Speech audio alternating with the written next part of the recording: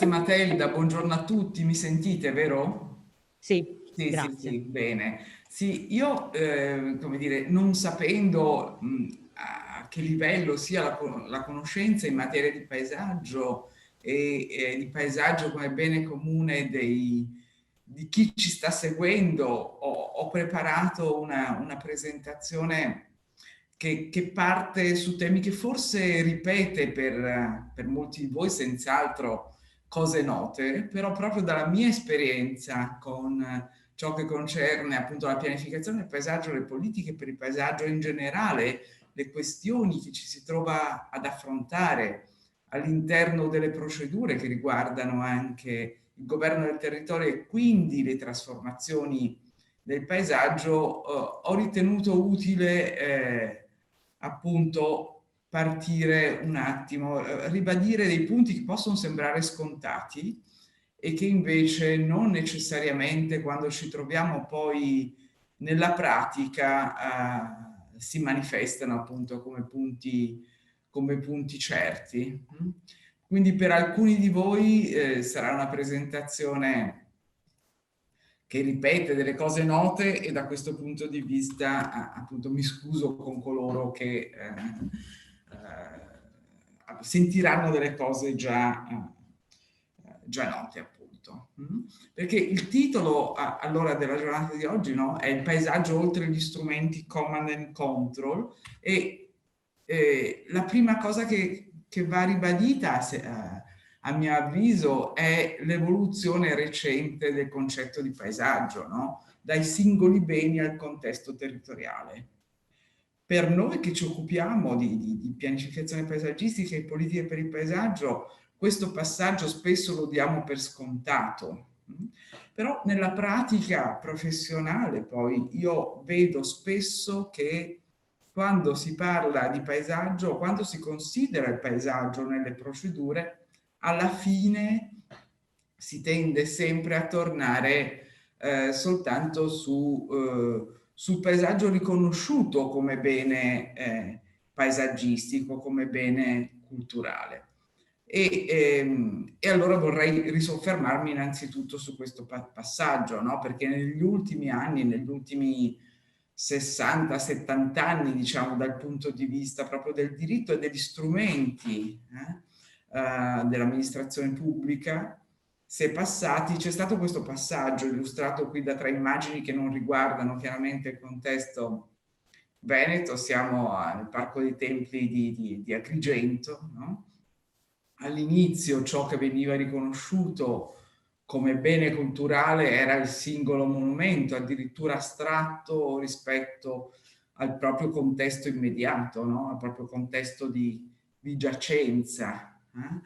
E c'è stato un passaggio successivo molto importante per cui si è passati appunto dal manufatto, considerato come bene culturale, al manufatto più l'immediato intorno che ne permette la lettura, la comprensione. In questo caso vediamo quello che oggi è appunto un bellissimo contesto gestito anche con molta sensibilità, no? Che è il contesto di giacenza di questo tempio. Ecco, come è noto, il passaggio fondamentale compiuto dalla Convenzione europea per il paesaggio è il passaggio dall'immagine centrale all'ultima immagine, no? Nella quale vediamo sì tempio, sì, come dire, l'area, il contesto su cui esso insiste, il contesto di immediata pertinenza, ma vediamo anche sullo sfondo la città di Agrigento con le sue urbanizzazioni dell'ultimo dopoguerra. Ecco, quando la Convenzione ci parla di contesto di vita delle popolazioni, ci dice, guardate che quando ragioniamo sul paesaggio, ragioniamo in realtà sul paesaggio di vita quotidiana delle popolazioni, eccetera, ragioniamo in realtà e dobbiamo misurarci con quel contesto che vediamo appunto a destra. In quel caso il contesto è reso particolarmente drammatico dalla prospettiva che l'ha fotografato. Nei fatti, quando visitiamo quell'area, non è proprio così, però è chiaro che il paesaggio è anche la relazione tra quel bellissimo tempio, quel bellissimo contesto di giacenza del tempio e quelle case, quelle periferie urbane in cui vivono gli abitanti, molti abitanti di quel luogo. Nel considerare un paesaggio, nel considerare come tutelare e valorizzare, perché il nostro ordinamento parla ancora di tutela e valorizzazione e non è semplice tenere insieme le due cose, però parlando di tutela e valorizzazione dobbiamo ragionare appunto sui valori e disvalori di quei contesti, no? Così evidenti in quel contesto. E dobbiamo provare a governarne sia la manutenzione, la cura che le trasformazioni. Ma con quali strumenti, appunto, possiamo pensare di governarli? E qui ripercorro brevemente, spero, gli strumenti di cui il nostro contesto nazionale si è dotato nell'ultimo scorcio, diciamo, di secolo, da quando si è iniziato a parlare di pianificazione del paesaggio in Italia. No? Allora, innanzitutto gli strumenti command and control per il paesaggio in Italia. Appunto, se vogliamo dire andiamo oltre questi strumenti, dobbiamo conoscere un po', no? le ragioni, la logica di questi strumenti per capire come si possa andare oltre senza abbandonarli, ma integrandoli con un diverso approccio.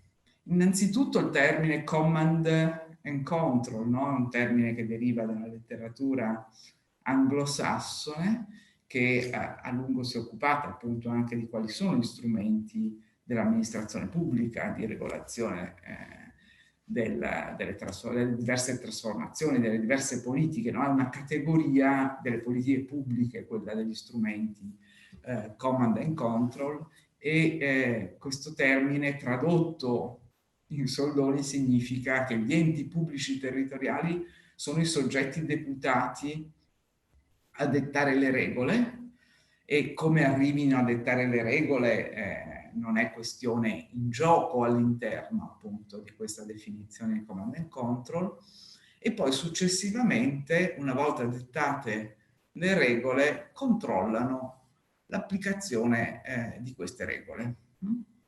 E, se posso permettermi un inciso, nella mia esperienza ormai abbastanza lunga, se non altro per l'età che ho, e visto che mi occupo come la professoressa Reo di queste questioni da quando ci siamo laureati in urbanistica molti anni fa, una delle debolezze del sistema italiano è che, come dire, il controllo è interpretato il più delle volte come controllo della legittimità formale della procedura di autorizzazione di qualcosa nel momento in cui viene erogata, no? Mentre il monitoraggio di come quello strumento di command effettivamente funziona ed effettivamente riesce a perseguire gli obiettivi che si è dato, di solito, come dire, è piuttosto carente, diciamo, per essere positivi, diciamo, per non essere troppo critici. Ci si dimentica poi che anche gli strumenti di command vanno seguiti, monitorati, mantenuti, no? Nel tempo, e vanno mantenuti, eventualmente modificati, non seguendo, come dire, così, le sterzate politiche del momento, ma sulla base di una verifica di dove hanno funzionato, dove non hanno funzionato, del perché possibilmente magari non hanno funzionato, no? Di cosa invece ha funzionato. Bene, scusate la digressione, ma mi sembrava importante. Il primo strumento in Italia, il primo strumento normativo che parla di paesaggio come contesto esteso, con riferimento a quei contesti di vita estesi, non li chiamava così, ma nei fatti era così, no? Quindi prendeva come riferimento questa definizione di paesaggio che poi troveremo nella Convenzione europea, e la legge 1497 del 39, che parla appunto, introduce il concetto per la prima volta di bellezze di insieme. Non parla di popolazione, se non, cioè la popolazione, lo sguardo della popolazione è lo sguardo che identifica una bellezza, la bellezza panoramica. Quindi non è un contesto di vita a pieno titolo, no? È la possibilità di fruire di un panorama, e c'erano in questa legge anche un po' di scivolosità, diciamo, su cosa fosse paesaggio e cosa fosse sui rapporti tra paesaggio e natura. Sappiamo che oggi, almeno a livello degli approfondimenti disciplinari, no? Nella pratica un po' meno, ma diciamo a livello disciplinare, quando si parla di paesaggio è dato per scontato il fatto, la consapevolezza che il paesaggio è il prodotto dell'interazione tra natura originaria e natura con l'N maiuscola, e cultura implicita, tacita spesso, delle popolazioni che hanno contribuito a costruire quel paesaggio trasformando la natura originaria. Qui invece si parlava appunto di natura in modo un po' diverso, non c'era stata tutta la riflessione che ci sarà a partire dagli anni 70 del Novecento sulle questioni ambientali, e quindi anche sul rapporto con la natura e sul rapporto tra cultura e natura. Bene, allora questa legge appunto introduceva per la prima volta, possiamo dire, la possibilità di apporre vincoli paesistici estesi, a contesti relativamente estesi, quindi non soltanto il monumento ed eventualmente il suo immediato contesto di giacenza, ma comunque appunto delle bellezze panoramiche più estese, e prevedeva anche la possibilità di redarre un piano territoriale paesistico. Per chi di voi fosse curioso e avesse il tempo di ricostruire la vicenda, il piano più noto redatto ai sensi della legge 1497, le cui tormentate vicende sono quelle che frenano di fatto la redazione di ulteriori piani ai sensi di questa legge, è quello relativo all'Appia Antica, questa meravigliosa strada romana, no? Appena a sud di Roma, che esce da Roma, e c'è la fortuna appunto dell'archivio Cederna che dispone di tutti i documenti relativi alle vicende di questo piano. Il passaggio successivo, ripeto, per alcuni di voi che praticano, come dire, la professione delle cose note, ovviamente, ma secondo me è importante ripercorrere velocemente insieme prima di andare oltre, appunto. Il passaggio successivo, come è noto, è quello della legge cosiddetta Galasso, 431 dell'85, che introduce la categoria dei piani paesistici, no? E ancora oggi vedo che molte persone, anche molti nostri studenti, faticano a comprendere la differenza tra piani paesistici e quelli paesaggistici, no? È una questione nominale, però i piani paesistici sono quelli redatti appunto ai sensi della legge dell'85, mentre quelli paesaggistici sono quelli redatti ai sensi del codice del paesaggio approvato nel 2004 e poi modificato nel 2008. Non c'è una differenza solo nominale tra questi due piani in realtà, e la differenza non solo nominale è evidente soprattutto nei pochi piani soltanto paesistici, quindi non territoriali con valenza paesistica, come ha scelto a suo tempo di fare la Regione Veneto piuttosto che la Regione Emilia-Romagna e altre regioni, no?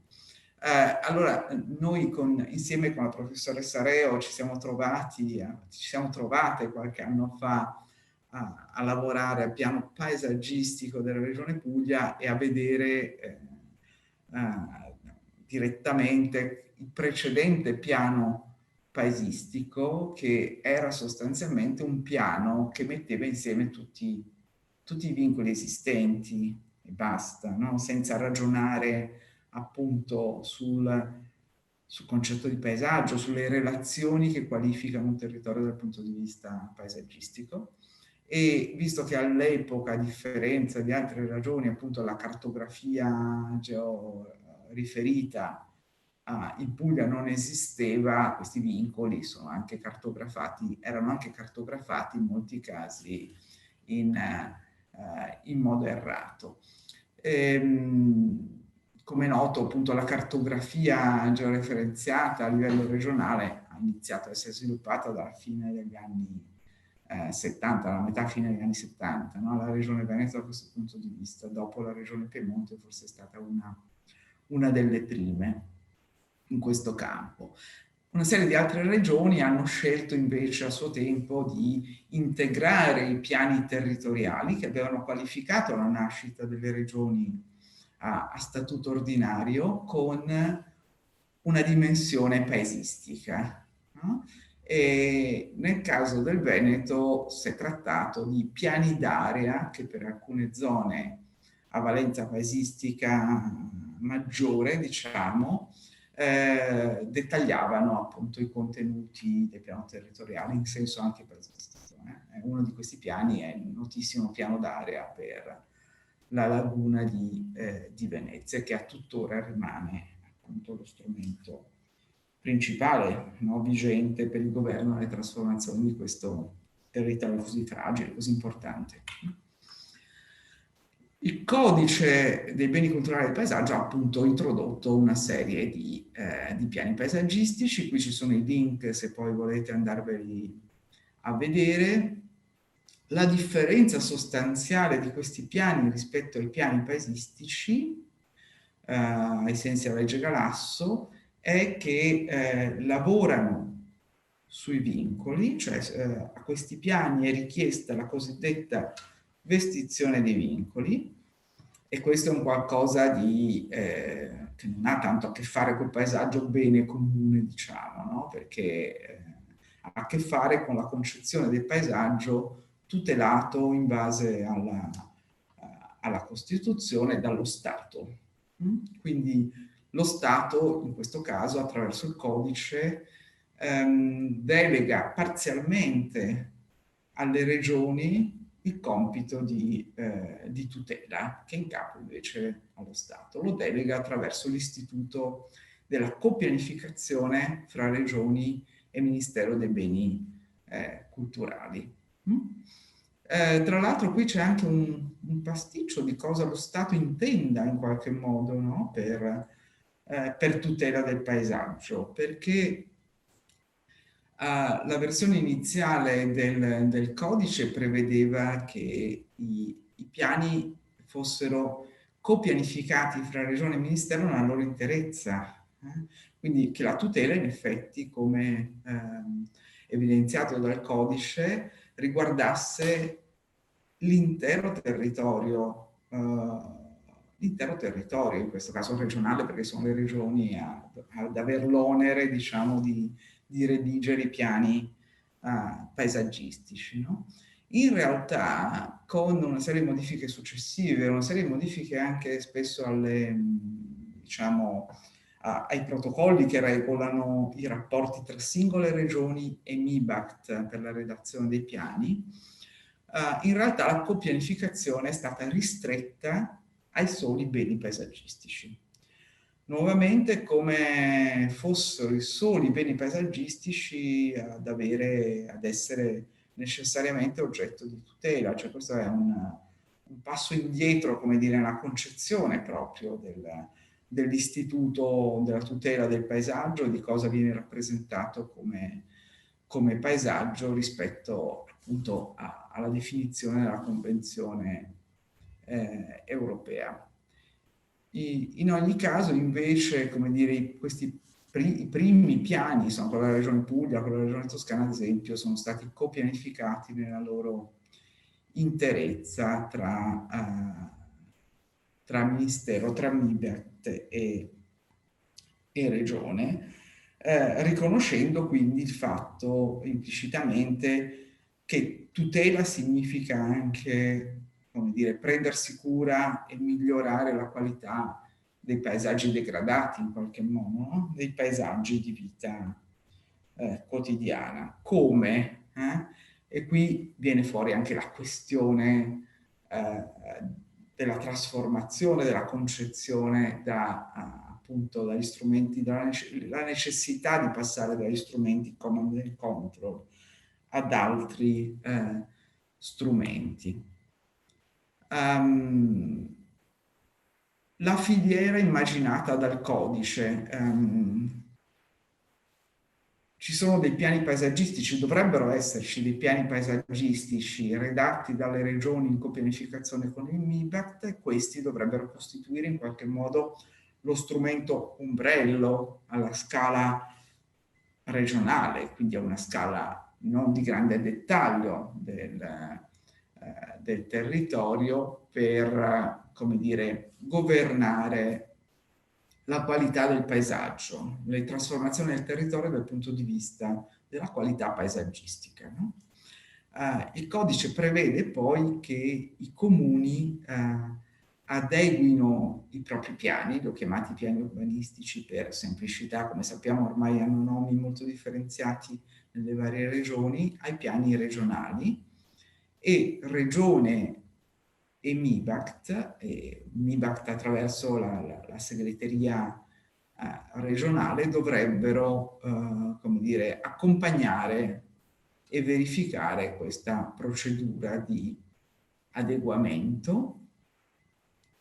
E poi in qualche modo sia l'Osservatorio nazionale per la qualità del paesaggio che gli osservatori regionali per il paesaggio, che sono istituti previsti dal codice formalmente, a differenza degli osservatori locali che su alcuni territori sono nati e sono tuttora in attività, appunto dovrebbero farsi parte attiva nel monitorare l'efficacia dei piani nel governare il paesaggio, così come delle altre politiche pubbliche. Ecco, questa filiera purtroppo, come dire, non funziona in maniera del tutto soddisfacente.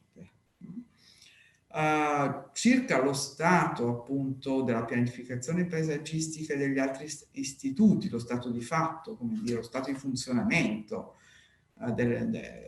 dei piani paesaggistici e anche degli altri istituti, appunto, ormai parecchio tempo fa, come Osservatorio Nazionale per la Qualità del Paesaggio del MIBACT, è stato fatto un lavoro di ricognizione e anche di riflessione che è istituito in questo rapporto sullo stato delle politiche del paesaggio, uscito a novembre 2017, poi con una versione appunto redazionalmente leggermente modificata all'inizio del 2018. È difficile trovarlo sul sito del MIBACT, ma con questo link dovreste arrivarci ed è, per chi volesse approfondire appunto la materia, un buon punto di partenza per capire come dire, quali sono le questioni, quali sono le politiche pubbliche che in qualche modo direttamente, intenzionalmente considerano il paesaggio, le questioni paesaggistiche.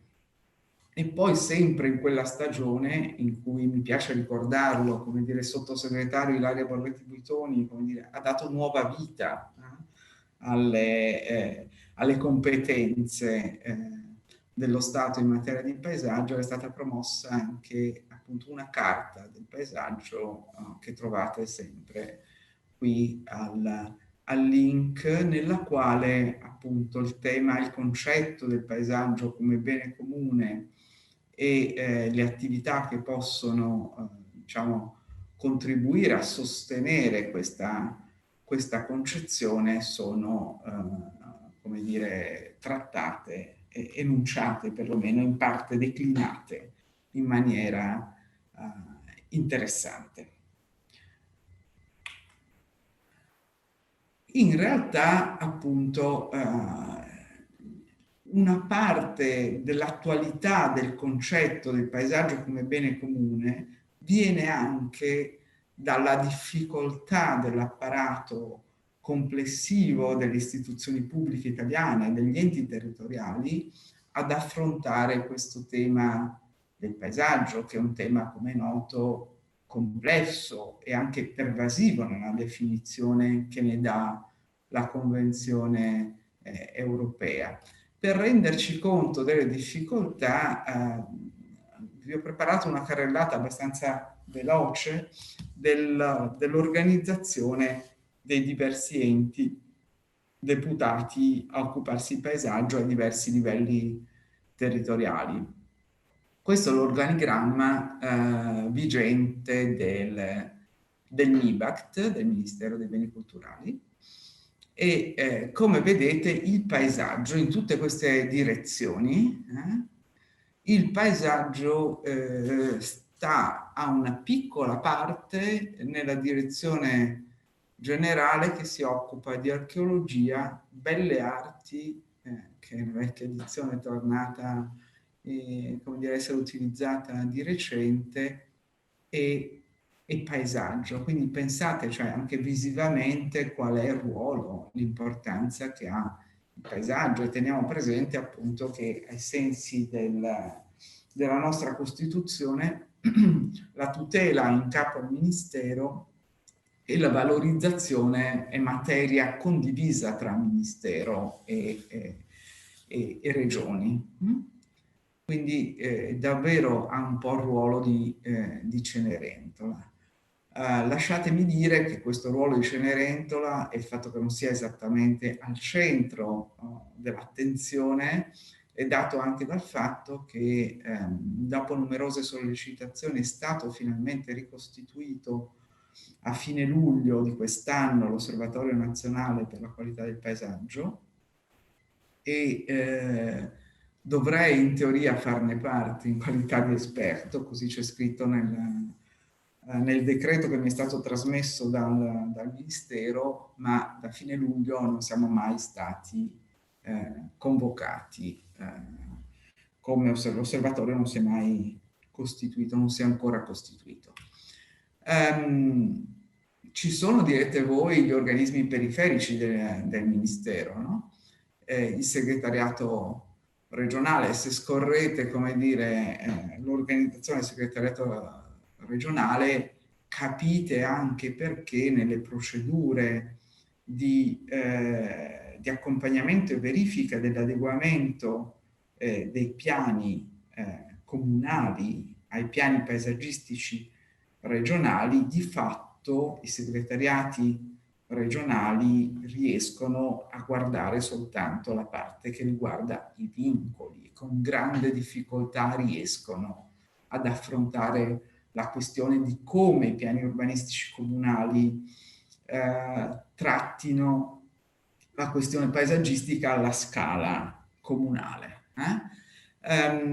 Questa è la sovrintendenza che si occupa di Venezia e della Laguna ed è una delle più organizzate, e vedete come è articolata comunque l'area paesaggio, pensando come dire, alle questioni, alle poste in gioco paesaggistiche che riguardano Venezia e la sua laguna. Comunque appunto non si tratta di un'organizzazione così ricca, diciamo, pur essendo la più ricca, diciamo, dei diversi enti che vediamo.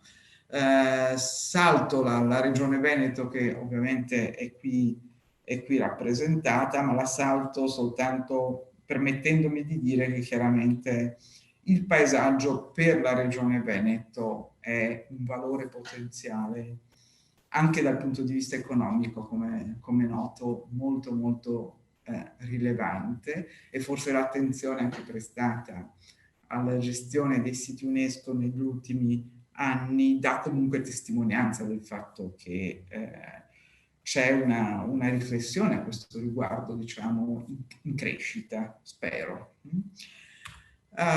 Ho preso un comune a caso un comune che non è l'ultimo comune del Veneto, no? È un comune che ha il proprio centro storico e parte del proprio territorio riconosciuto appunto come patrimonio mondiale dell'umanità UNESCO, per capire come, per farvi capire come a livello comunale viene trattata la materia a tutela del paesaggio. Qualcuno di voi che ci segue naturalmente è più consapevole di quanto lo siamo noi, forse, di questa organizzazione, lavorando all'interno di un comune. Ora, all'interno del comune di Vicenza, appunto, il paesaggio viene affrontato dal punto di vista procedurale in maniera dedicata soltanto per quanto riguarda le autorizzazioni paesaggistiche e l'accertamento di compatibilità paesaggistica, e il Comitato Tecnico per il Paesaggio che svolge queste istruttorie è costituito da funzionari esperti di diversi settori dell'amministrazione che sperabilmente avranno qualche esperienza formativa specifica relativa al paesaggio, ma non sono in grado di dirlo. Ho fatto questa lunga carrellata per spiegarvi come all'origine di questo interesse per il paesaggio bene comune ci sia anche la constatazione dell'evidenza che, anche qualora gli enti pubblici territoriali fossero davvero interessati a gestire in maniera più attenta, più consapevole, più proattiva, eccetera, le poste in gioco relative al paesaggio, con le proprie risorse, non sono in grado effettivamente di farcela. La prima distinzione: perché si usa il concetto bene comune anziché bene pubblico? Qui c'è stato un dibattito abbastanza intenso, non solo accademico, negli ultimi anni. È un dibattito a cui hanno partecipato anche molte associazioni che si occupano attivamente delle questioni relative al paesaggio. Allora, si è visto come per molti beni pubblici cioè ci sia un aspetto importante, cioè il fatto che gli enti pubblici sono tenuti a occuparsi attivamente dei beni definiti come beni pubblici, perlomeno, ma possono anche disporne più o meno liberamente, all'interno ovviamente dei limiti delle procedure formali previste per tutte le azioni intraprese dalla pubblica amministrazione, e possono anche venderli. Si è visto questo con molti beni demaniali, con molti beni demaniali passati appunto agli enti locali e poi messi in vendita, eccetera. È chiaro che il paesaggio non è un bene che possa essere venduto, e in effetti, come dire, questa qualità, questo aspetto dei beni comuni veniva messo in rilievo già dal diritto romano. Come è noto, il nostro Stato, come dire, è retto da una concezione del diritto che deriva ancora dalle categorie introdotte dai romani, no? E a questo riguardo, sempre per chi fosse interessato ad approfondire la questione, c'è un articolo che è disponibile online di Paolo Maddalena, che fa riferimento proprio ai beni comuni nel diritto romano. Una parentesi curiosa: Paolo Maddalena aveva un ruolo importante come nella pubblica amministrazione quando fu proposta e poi approvata la legge Galasso, quindi in qualche modo è il vero autore della legge Galasso. Quindi questo termine bene comune deriva appunto dal diritto romano, e il diritto romano distingue tra beni commerciabili, beni non commerciabili, e chiaramente i beni comuni sono in realtà una categoria ibrida, o più che ibrida, una categoria a parte, diversa, no? Che supera le concezioni di bene commerciabile e non commerciabile. Un riferimento importante negli ultimi anni, che trovate ancora citato in chi si occupa appunto di beni comuni, è quello del libro di Elinor Ostrom, Governing the Commons, che è stato tradotto in italiano nel 2006 da Marsilio, con il titolo in realtà Governare i beni collettivi, non comuni. Elinor Ostrom fa riferimento a un contesto anche giuridico molto diverso che quello anglosassone, e lei sottolinea come sia impraticabile demandare alle autorità pubbliche la regolamentazione specifica, no? nei dettagli delle risorse e dei comportamenti. E quindi in realtà ciò che lei propone è l'auto-organizzazione e l'autogoverno in questo campo, all'interno di una cornice giuridica unitaria più ampia, limitata quasi ai soli principi, diciamo, ad alcune regole molto, molto generali.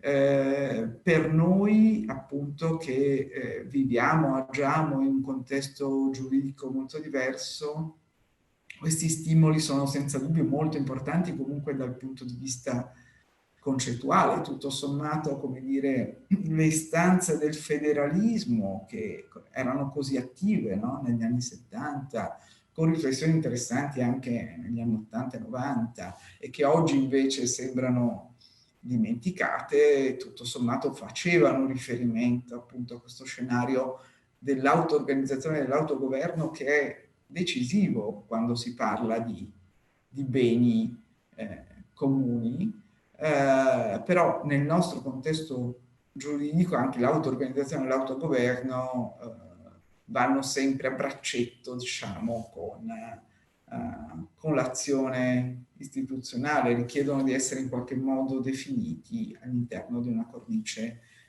anche istituzionale più dettagliata. E in effetti è interessante a questo riguardo andarsi a rivedere, come dire, le carte della Commissione sui beni pubblici, presieduta da Stefano Rodotà nel 2007-2008, che aveva proposto una riforma appunto di tutto il diritto relativo, della regolamentazione, diciamo, relativa ai beni pubblici, che dà risalto appunto forse per la prima volta in epoca recente alla categoria dei beni comuni, ponendola in continuità con la proprietà pubblica e riconoscendo tuttavia che la proprietà può essere disaccoppiata dall'appartenenza. Guardate, questo è un concetto essenziale, un concetto sottolineato da Settis in questo libro Azione Popolare, che però mi sembra particolarmente importante, appunto, perché quando parliamo di paesaggio parliamo chiaramente di proprietà soprattutto private, ma anche di proprietà pubbliche, e relativamente agli aspetti che riguardano il paesaggio si può dire che comunque c'è una sorta di diritto-dovere all'interno della concezione del paesaggio come bene comune da parte di tutti coloro che abitano, di una comunità che abita un certo territorio, un certo paesaggio, di occuparsi attivamente del paesaggio, di come viene gestito il paesaggio, sia all'interno della proprietà pubblica, non è che della proprietà pubblica siano, come dire, responsabili soltanto e abbiano diritti soltanto gli enti che la possiedono, così come della proprietà privata, laddove le sue trasformazioni vanno a incidere in qualche modo sulla fruibilità comune, sul bene comune inteso come fruibilità, a volte visiva e a volte anche appunto invece in altri termini. Allora, da questo punto di vista, se lo concepiamo a questo punto di vista, e vi tranquillizzo perché mi avvio anche, cioè è la penultima slide o la terzultima, se non ricordo, sono andata un po' lunga. Allora, paesaggio da questo punto di vista, paesaggio, scusate, mi è saltata una, paesaggio e patrimonio. Patrimonio è un concetto appunto utilizzato molto dalla recentissima Convenzione di Faro, che integra da questo punto di vista in modo importante la Convenzione europea per il paesaggio, e paesaggio e patrimonio possono essere concepiti come elementi, come materie proprio per esercitare la democrazia, no? Perché appunto sono in gioco, abbiamo visto, sia proprietà pubbliche che private, qual è la forma di democrazia per governare appunto queste trasformazioni. Non è facile ovviamente dare una risposta generale, non contestuale. La Convenzione di Faro, che è stata appena ratificata con molta fatica, devo dire, dal Parlamento italiano, perché ci ha messo 7 anni dalla sottoscrizione, mette l'enfasi in qualche modo sul fatto di riuscire a promuovere delle comunità di patrimonio, e questo concetto mi sembra particolarmente pertinente per quanto riguarda proprio il governo del paesaggio come bene comune, la concezione del paesaggio come bene comune.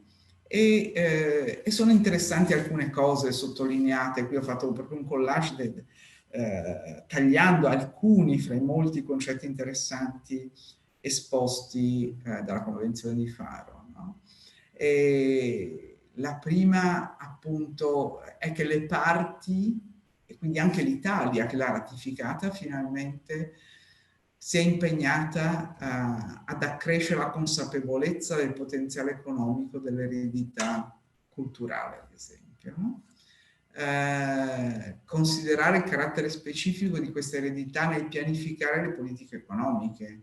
Quindi significherebbe che l'Italia, quando promuove una politica economica a livello nazionale o regionale, piuttosto che un'azione di sviluppo anche locale a livello comunale, dovrebbe considerare gli interessi dell'eredità culturale, quindi anche del paesaggio, e accertarsi che queste politiche non ne compromettano i valori. E poi c'è un altro aspetto importante, che le parti si impegnano a sviluppare un quadro giuridico, finanziario e professionale che permetta l'azione congiunta di autorità pubbliche, esperti, investitori, imprese, organizzazioni non governative e società civile. Naturalmente che cosa si intenda per società civile è una delle questioni aperte, perché società civile è un termine abbastanza ampio e ambiguo. Sono considerate società civile anche i partiti, ad esempio, no? Le organizzazioni partitiche dovrebbero essere tutta la cittadinanza attiva nell'interpretazione in qualche modo più evoluta, e così via. Questo poi ve lo lascio, ovviamente potete ultima slide e qui chiudo. Allora, la questione centrale, evidenziata anche dalla Convenzione di Faro, è quella del rapporto tra comunità e paesaggio. Ora, comunità, come forse molti di voi sapranno, è un termine giudicato da molti superato, no? Nel senso, appunto, all'inizio del Novecento ci sono stati una serie di sociologi che hanno enfatizzato come la modernità avesse comportato il passaggio dalle comunità localizzate e specifiche alla società. Oggi invece si torna a parlare di comunità come di un qualcosa di interessante, come un concetto interessante, e da questo punto di vista il filosofo Roberto Esposito ha scritto diverse cose sulle comunità di fatto, sulle comunità attuali di abitanti, di produttori, eccetera, come comunità di fatto che caratterizzano appunto il nostro vivere quotidiano. E quindi ha riportato, diciamo, questo concetto come un concetto agibile anche nella riflessione disciplinare. Allora, questo concetto è importante perché i passaggi fondamentali che vengono sottolineati anche dalla Convenzione Europea del Paesaggio per quanto riguarda il paesaggio come bene comune sono quelli del conoscere, l'azione del conoscere, no? Conoscere di più i paesaggi. Il paesaggio, come è noto, è un concetto sfuggente, non è molto chiaro nel senso comune e in effetti se consideriamo ad esempio la parte del BES, del rapporto Istat sul benessere equo e sostenibile, che negli ultimi anni ha considerato anche il tema del paesaggio, no? E andiamo a guardarci appunto le interviste che sono state fatte alle persone relativamente appunto a come considerano l'importanza del paesaggio, la qualità del paesaggio, eccetera, si sa che, come dire, questi questionari sono questionari un po' scivolosi, perché che cosa i diversi abitanti identificano come paesaggio non è del tutto evidente, è un concetto complesso perché appunto ha a che fare con l'insieme delle relazioni che qualificano un certo territorio dal punto di vista soprattutto percettivo, no? Quindi conoscere, cioè l'azione del conoscere è fondamentale. E poi viene quella del riconoscere, ovvero riconoscere quelle relazioni che abbiamo visto che sono fondamentali per noi che viviamo un certo territorio, che lo viviamo come appunto possibilmente non come singoli individui ma come comunità. E il passo successivo è quello chiaramente dell'attivazione da parte della comunità, degli individui che compongono la comunità per quanto riguarda la possibilità e capacità di ognuno. Ora, una questione fondamentale è quella delle condizioni che troviamo come singoli individui e come comunità, condizioni che potrebbero facilitare, ma che in molti casi invece ostacolano l'interessamento attivo per il paesaggio bene comune. E qui vi ho elencato 4 cose che nella mia esperienza, soprattutto di pratiche di pianificazione, sono piuttosto importanti, che sono una come l'ente locale in particolare concepisce il termine partecipazione agli atti che regolano il governo delle trasformazioni del territorio. No? Alcuni chiamano partecipazione quello che in realtà è solo concertazione con gli attori istituzionalmente riconosciuti, eccetera. Altri addirittura c'è una regressione a questo riguardo. Pensate che in Toscana, dove pure c'è stata un'importantissima legge sulla partecipazione promossa dal Consiglio regionale 15 anni fa, poi rivista, eccetera, dove c'è appunto la legge sul governo del territorio che prevede l'obbligo della partecipazione alla costruzione degli strumenti di governo del territorio. C'è qualche comune che di recente ha interpretato la partecipazione come pubblicazione dell'avviso di adozione dello strumento urbanistico.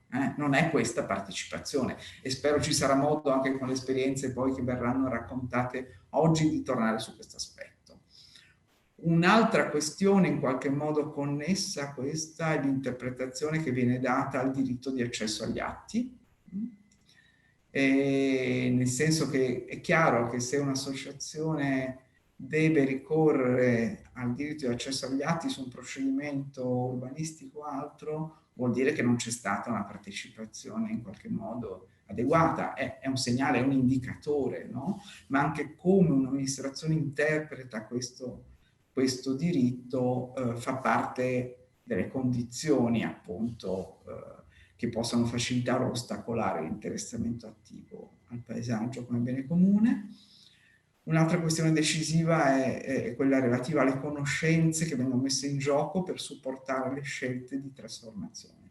A livello di riflessione disciplinare negli ultimi anni è stata data molta importanza al concorso tra conoscenze codificate degli esperti e conoscenze contestuali di coloro che vivono un certo territorio, che lo conoscono perché lo vivono, magari lo coltivano, ne hanno visto le trasformazioni nel corso degli anni, eccetera. Non sempre l'insieme di queste conoscenze sono prese in conto in termini adeguati quando un'amministrazione pubblica ratifica la possibilità di una scelta di trasformazione di un certo territorio, quindi di un paesaggio, e quindi alla fine anche come è costruita l'argomentazione pubblica delle scelte compiute ha a che fare con le condizioni di contorno che possono facilitare, anziché ostacolare, la percezione che quello effettivamente, che il paesaggio in cui vivo è un bene comune, e tutti coloro che vi partecipano, a partire dall'istituzione pubblica che dovrebbe dare l'esempio ai cittadini, lo concepisce in tal modo. Grazie, scusate se sono andata un po' lunga.